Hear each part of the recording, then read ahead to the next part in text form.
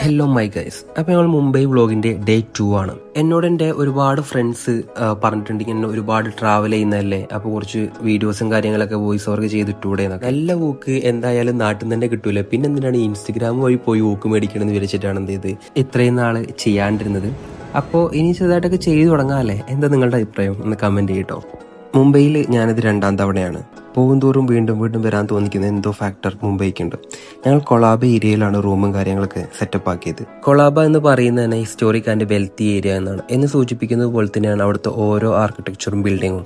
പോകുന്ന ഓരോ റൂട്ടിലും നമുക്ക് കാണാൻ പറ്റുന്നത് ഭയങ്കര എസ്തെറ്റിക് ആയിട്ടുള്ള ബിൽഡിംഗ് ആണ്. അങ്ങനെ ഞങ്ങൾ രാത്രിയോടുകൂടി ഗേറ്റ് വേ ഓഫ് ഇന്ത്യയിൽ എത്തി. നമ്മൾ ശനി ഞായർ ദിവസങ്ങളിലാണ് ഗേറ്റ് വേ ഓഫ് ഇന്ത്യയിൽ എത്തുന്നതെന്നുണ്ടെങ്കിൽ നമുക്ക് ഫ്രീ ആയിട്ട് ലേസർ ഷോയും കാര്യങ്ങളൊക്കെ ഗേറ്റ് വേ ഓഫ് ഇന്ത്യയിൽ നമുക്ക് എക്സ്പീരിയൻസ് ചെയ്യാൻ പറ്റും.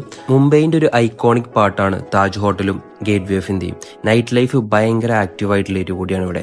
ഈ പറയുന്നത് ഇവന്റെ ആഗ്രഹമാണെങ്കിൽ പോലും ഞങ്ങൾ എന്തായാലും ഒരു ദിവസം അവിടെ പോകും. പക്ഷെ ഇന്ന് ഞങ്ങൾ പോയത് വേറെ സ്ഥലത്താണ്, Baghdadi restaurant. Gate way of ഇന്ത്യയിൽ നിന്നും ജസ്റ്റ് 750 മീറ്റർ മാത്രമാണ് ബാഗ്ദാദി റെസ്റ്റോറന്റിലേക്കുള്ളത്. 1936 ഓപ്പൺ ആക്കിയിട്ടുള്ള ഈ ബാഗ്ദാദി റെസ്റ്റോറന്റ് ക്വാളിറ്റിന്റെയും ക്വാണ്ടിറ്റിന്റെയും കാര്യത്തിൽ ഒരു രക്ഷയില്ല. ചിക്കൻ ബുനയും മട്ടൻ ബുനയാണ് അവിടുന്ന് ട്രൈ ആക്കിയത്. നമ്മുടെ ടേസ്റ്റ് ബഡ്സിനെ ഓക്കെ ആക്കുന്ന രീതിയിലായിരുന്നു അവിടുത്തെ ഫുഡ്. ഇനി അവരെന്നെ പറയട്ടെ എങ്ങനെ ഉണ്ടായിരുന്നു ഫുഡ്.